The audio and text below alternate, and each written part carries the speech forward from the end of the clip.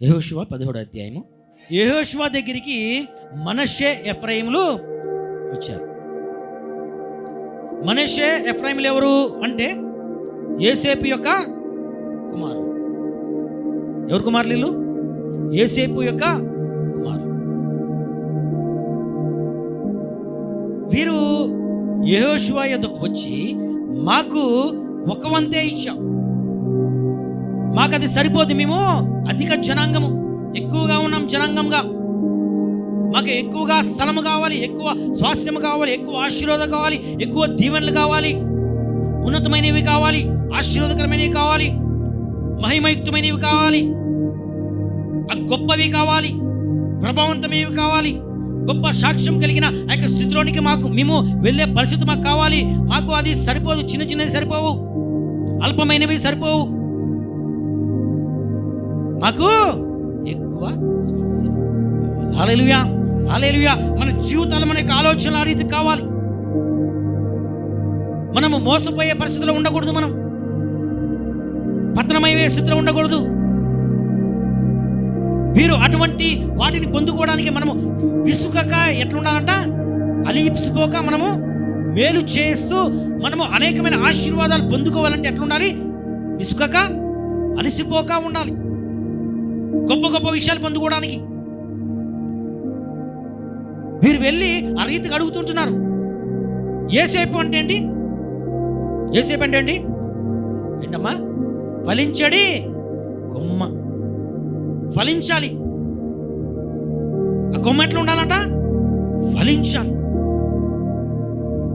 ఇప్పుడు వీళ్ళ పుత్రులు, మాకు సరిపోదు, మాకు కొద్దిగా ఒక వంతే ఇచ్చామన్నాడు. వీళ్ళు ఎక్కడ ఆశీర్వాదం?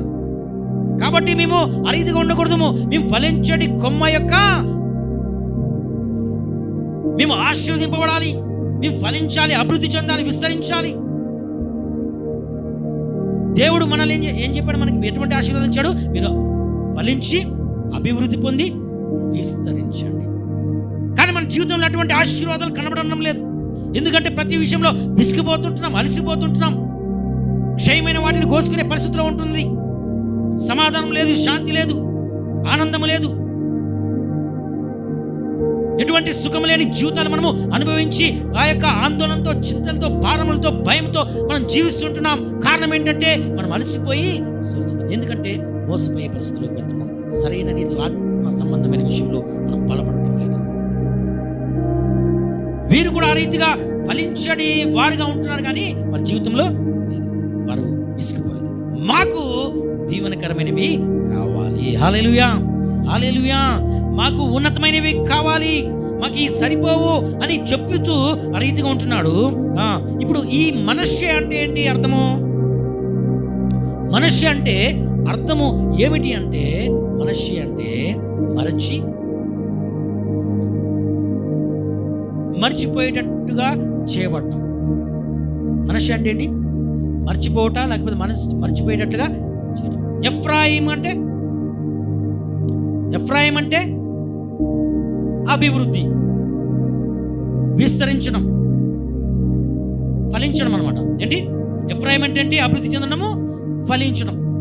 మనష్షే అంటే మర్చిపోవటము, మర్చిపోయేటట్టుగా చేయబడటం. మాకు కావాలి, ఉన్నతమైనవి కావాలి అని మీరు పోరాటము చేస్తుంటున్నారు. హల్లెలూయా, హల్లెలూయా, హల్లెలూయా. మనం కూడా ఆ రీతిగా చేయాలి. పేరుకి మనము దేవుని బిడ్డలముగా ఆశీర్వాదకరంగా ఉండే ఆ యొక్క పరిస్థితుల్లో మనం ఉంటున్నాం. దేవుడు చేసిన ఆ యొక్క శిలువ కార్యాన్ని బట్టి దేవుడు మీ పాపమును వెనకాల మరలా జ్ఞాపకము చేసుకుంటాడు. కాబట్టి ఆ పాపము నుంచి మనం విడుదల పొంది వాటిని మర్చిపోయి ఇప్పుడు దీవెనకరమైన, ఫలవంతమైన, అభివృద్ధి చెంది ఆశీర్వాదకరమైన, మహిమయుక్తమైన జీవితం జీవించవలసిన మనము అటువంటి లేకుండా భయముతో, ఆందోళనతో, నిట్టూర్పులతో, విసిగిపోయే పరిస్థితుల్లో, అలసిపోయే పరిస్థితుల్లో మన జీవితాలు ఉంటున్నాయి. వీరు ఎప్పుడైతే ఆ రీతిగా అన్నారో, యెహోషువ అంటున్నాడు, మీరు గొప్ప జనము కనుక ఎఫ్రాయిముల యొక్క మన్యము మీకు ఇరుకుగా ఉన్న ఎడల మీరు అడవికి పోయి అక్కడ పెరిజీల దేశమును రెఫాయిల దేశమును మీకు మీరే చెట్లు నరుక్కునని వారితో చెప్పాను. అందుకు యోసేపు పుత్రులు ఆ మన్యము మాకు చాలదు. అక్కడ నరుక్కోండి అంటే అది మాకు సరిపోదు. ఎంత నరుక్కున్నా మాకు ఎకరమే వస్తుంది అంటారు. అంత స్థలం మాకు సరిపోదు. మాకు ఇంకా కావాలి, ఇంకా ఆశీర్వాదం కావాలి, మాకు ఉన్నతమైన జీవితం కావాలి, ఉన్నతమైన స్వాస్థ్యము కావాలి. అదియు కాక పల్లపు చోటును నివసించు కనానీయులందరికీ అనగా బెత్షెయానులోని వారికి, దాని పురములలోని వారికి, ఇశ్రాయేలు లోయల్లోని వారికి ఇనుప రథములు ఉన్నవనిరి. అక్కడ ప్రాంతంలో బెత్షెయాలోను, మరలా ఇంకేంటంటే ఇజ్రాయేలు, ఆ యొక్క లోయ, ఆ యొక్క స్థలాలన్నీ కూడా మాకు కావాలి. కానీ వాటిని స్వాధీనం చేసుకోవాలంటే వారికి, ఆ జనాంగానికి, అక్కడ ఉన్న వారు బలవంతులు, వారికి ఏమున్నాయంట? ఇనుప రథాలు ఉన్నాయి. యేషువ ఏమన్నా అంటే మీరు ఆ చెట్లను నరికేసుకుని స్వాధీనం చేసుకోమన్నాడు. ఆ కొండను, ఆ యొక్క అరణ్యాన్ని మీరు నరుక్కుని మీరు ఆ ప్రదేశాలన్నీ స్వాధీనం చేసుకోండి. ఈ లోయను, ఈ ప్రాంతాలన్నింటినీ స్వాధీనం చేసుకోండి అంటే వీరేమంటున్నారు? ఇనుప రథాలు ఉన్నాయి, వారు బలవంతులు, మీరు స్వాధీనం ఎట్లా స్వాధీనం చేసుకోవాలి? మీరు వాటిని స్వాధీనము చేసుకుంటారు. ఏ ప్రదేశాలంట? బెత్షెయాలోను, ఇశ్రాయేలు. ఈ బెత్షెయాలోను అంటే ఈ ప్రాంతము స్వాధీనం చేసుకోవాలంట. అనగా ఏంటి అంటే సౌలభ్యము కలిగిన గృహము. మన గృహం సౌలభ్యంగా ఉందా? కొన్ని గృహాల మీద ఉంటుంది కదా, ప్రశాంత నిలయము, ఆశీర్వాద నిలయము, ఆనంద నిలయం. ఆనందం ఉంటుంది కానీ నిలయము, ఆ ఇంట్లో ఆనందమే. ప్రశాంత నిలయం ఉంటుంది, దాంట్లో ప్రశాంతం అనేది.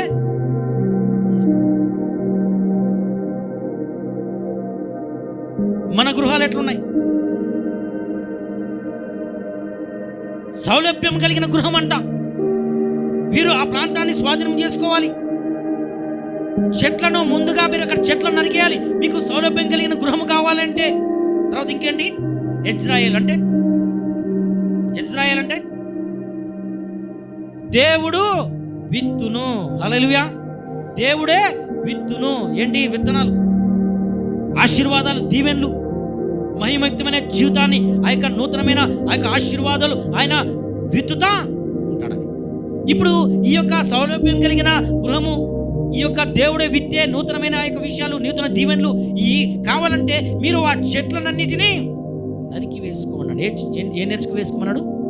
చెట్లు నరికి వేసుకోమన్నాడు. ఇప్పుడు మన జీవితంలో కూడా మనము అటువంటి సౌలభ్యం కలిగిన గృహము, అటువంటి దేవుడే మన జీవితంలో అనేకమైన ఆశీర్వాదాలు విత్తే ఆ యొక్క స్థితిలోనికి మనము వెళ్ళాలంటే ఏం నరికి వేసుకోవాలి?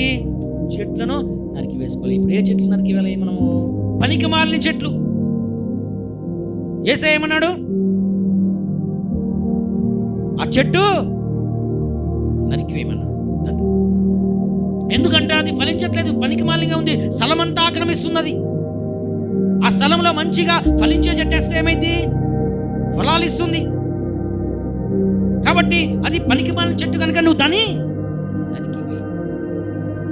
అంటే చెట్లు నరికివేయడం అంటే ఆ రీతిగా మనలో ఉన్న ఎటువంటి దేవునికి అయిష్టమైనవి, పనికిమాలినవి, అప్రయోజనమైనవి, దేవుని ఆ యొక్క ఆత్మ సంబంధంగా మనం ముందుకు సాగకుండా సమయం అంతా వ్యర్థం చేసే ఆ యొక్క స్థితిగతులను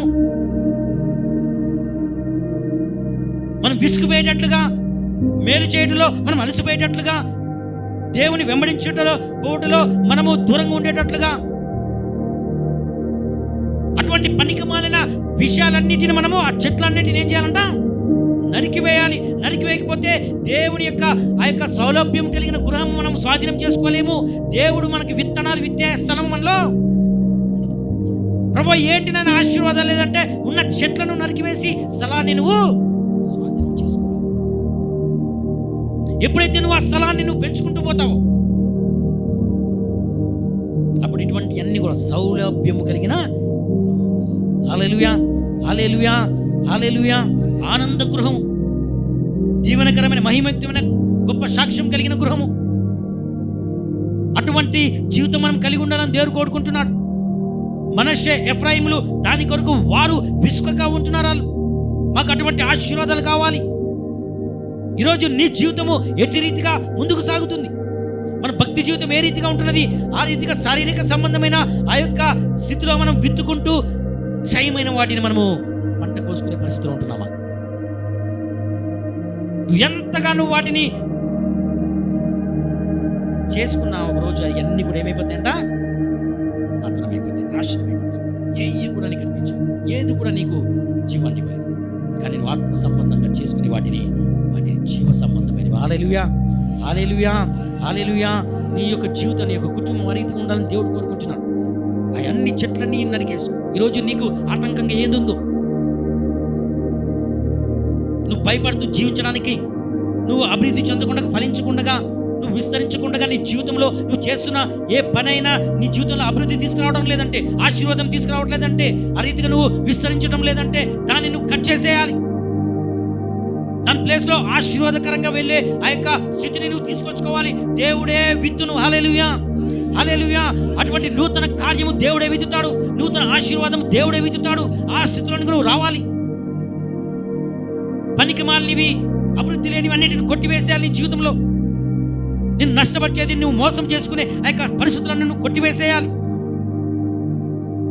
దేవుడు నీ జీవితంలో గొప్ప కార్యాలు చేయడం, నూతనమైన వాటిని ప్రారంభించడానికి, రానున్న రోజులో నువ్వు దీవెనకరంగా నువ్వు ఉండడానికి, ఇటువంటి స్థితులు నువ్వు పొందుకోవడానికి ఈ యొక్క చెట్లను నువ్వు నరికి వేసుకోవాలి. వారంట ఇనుప రథములు కలిగిన వారంట, బలమైన వారంట. కానీ యేషువ ఏం చెప్తున్నాడు? నువ్వు దేశాన్ని నువ్వు స్వాధీనము చేసుకుంటావు. ఆ ఇనుప రథాలు ఏం చేయలేవు, ఆ బలవంతులు నిన్నేం చేయలేరు. మన జీవితంలో ఆ యొక్క పరిస్థితులు ఉంటున్నాయి. ఇనుప రథాలు ఇనుప సంబంధమైనవి అంటే అవి భారంతో కూడినవి, మనల్ని అణిచివేసేవి, మనల్ని ఎదగకుండా చేసేవి. ఇటువంటి వాటిని మనము జయించలేకపోతున్నాము. మనం ఎక్కడ కూడా అభివృద్ధి కనబడడం లేదు, ఎక్కడ కూడా ఫలించడం లేదు. ఎందుకంటే ఇనుప రథములు సంబంధమైనవి, ఇనుప సంబంధమైనవి ఏం చేస్తున్నాయంట? అణిచి వేస్తున్నాయి. నీ జీవితంలో, నీ కుటుంబ జీవితంలో ఎందుకు నువ్వు అభివృద్ధి చెందడం లేదంటే కారణము ఆ యొక్క భారవంతమైన, ఆ యొక్క బలమైన ఆ యొక్క స్థితులు నీ జీవితంలో ఉండడం బట్టి నువ్వు ఎక్కడ కూడా ఫలించడం లేదు. దేవుళ్ళను ముందుకు సాగకపోవడం ఏంటంటే కారణం ఏంటంటే భారవంతమైనవి నీ జీవితంలో ఉంటున్నాయి, నిన్ను అడ్డగిస్తుంటున్నాయి, నీ ఎదగకుండా చేస్తుంటున్నాయి, విసుగుపోయేటట్టు చేస్తుంటున్నాయి, అలసిపోయేటట్టు చేస్తుంటున్నాయి. అందుకనే నీ జీవితంలో ఎక్కడ కూడా ఆశీర్వాదము కనిపించడం లేదేమో. ఎప్పుడైతే ఆ చెట్లు నరికేస్తావు, నువ్వు ఇనపరదాలు ఉన్నా సరే, వాళ్ళకి ఆ యొక్క బలవంతులు ఉన్నా సరే, నువ్వు ఏం చేస్తావుంటే జయిస్తావు. హల్లెలూయా. ఏముంది చివరిలో? అప్పుడు ఆ ప్రదేశము మీదగును. ఎవరిదైతుందంట? సౌలభ్యం కలిగిన గృహము. దేవుడు మన జీవితంలో విత్తబడే ఆ యొక్క స్థితి. హల్లెలూయా. అయ్యి స్వాధీనం చేసుకుంటాం, మనం అవి చేసుకుంటాం. దేవుడు మన జీవితంలో నూతనమైనది ఏదైనా విత్తాడంటూ ఏమైంది మనకి? అది ఆశీర్వాదమా కాదా? అది మహిమయుక్తమైంది. అవి ఉంటే మనకి ఇంకేం కావాలి? గృహము ఆనందంతో ఉంటే, సమాధానంతో, సంతోషంతో ఉండి, ఆశీర్వాదకరంగా, దీవెనకరంగా మనము తలగానే ఉండి గొప్ప సాక్ష్యం కలిగి ఇతరులకు మనము ఆశీర్వాదకరంగా మన జీవితాలు ఉండేటట్లు ఉంటే ఇంకేం కావాలి? దేవుడు మన జీవితాన్ని ఆ రీతిగా కోరుకుంటున్నాడు. మనం బానిసలుగా ఉండాలని కాదు, తోకగా ఉండాలని కాదు, అలసిపోయి విసుగుపోయి మనము ఆ రీతిగా మన జీవితాలు ఉండాలని కాదు, భయంతో, ఆందోళనతో, చింతతో, భారంతో మన జీవితాలు కొనసాగాలని కాదు దేవుడు మనం పిలిచింది. మన సౌలభ్యం కలిగిన గృహాల్లాగా ఉండాలని, దేవుడు మన జీవితంలో నూతనమైనవి దీవులు విత్తాలని, నూతనమైన ఆశీర్వాదాలు విత్తాలని, మహిమయుక్తమైనవి విత్తాలని, ఆ రీతిగా అటువంటి వాటిని మనం స్వాధీనం చేసుకోవాలని, ఇనపరదాలు ఉన్న భారవంతమైనవి వెదకకుండా మనం చేయాలని ప్రయత్నం చేసే ఎటువంటి బలమైనవి కూడా మన జీవితంలో పని చేయమని దేవుడు చెప్తున్నాడు. ఎప్పుడంటే నరికి వేసినప్పుడు. హల్లెలూయా, హల్లెలూయా.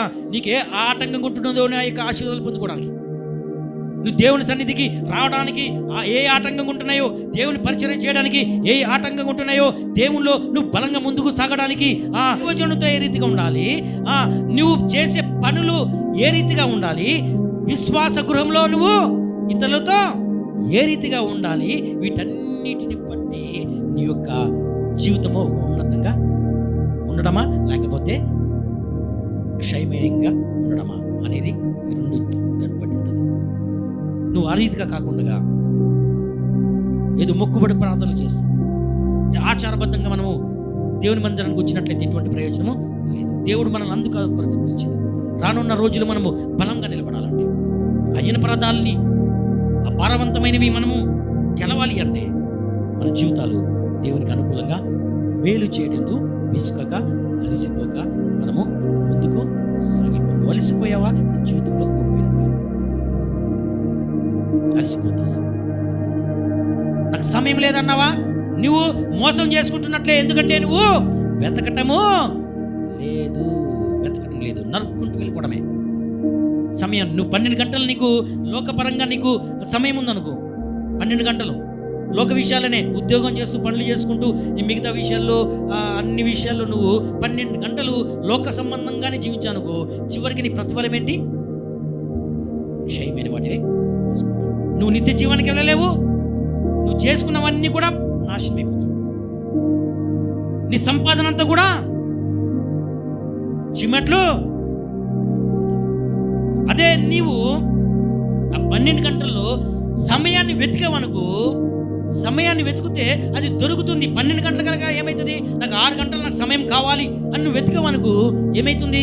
6 గంటలు నీకు దొరుకుతుంది. అప్పుడు 6 గంటలు నీకు దొరుకుతున్నప్పుడు 6 గంటలు నీకు ఆత్మ సంబంధమైన విత్తుకోవడానికి, ఆశీర్వాదకరమైనవి నువ్వు పొందుకోవడానికి, నీ కుటుంబము సౌలభ్యంగా అటువంటి పరిస్థితుల్లోకి రావడానికి, దేవుడు విత్తే యొక్క స్థితిలోనికి నువ్వు రావడానికి ఆ 6 గంటలు నీకు వినియోగపడుతుంది. మిగతా 6 గంటలు నీకు సేవ్ అయినట్టే కదా.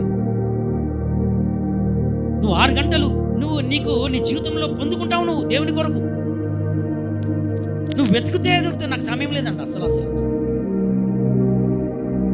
ప్రతిరోజు నువ్వు సమయాన్ని వెతకాలి దేవునిలో గడపడానికి, దేవుని యొక్క పనిలో ఉండడానికి.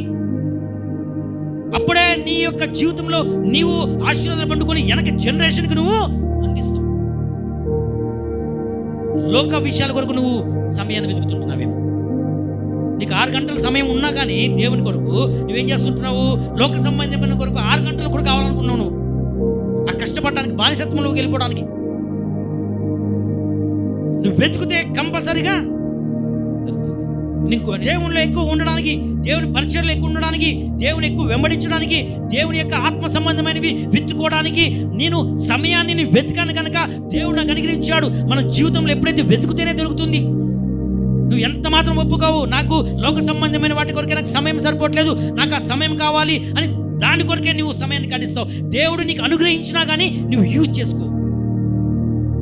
అందుకనే క్రైస్తవులు పతనమైపోతుంటున్నారు, అందే ఆ రీతిగా దిగజారిపోతుంటున్నారు. మనం ఏంటంటే సద్వినియోగము చేసుకుంటారు. దేవుని జ్ఞానం అడగాలి.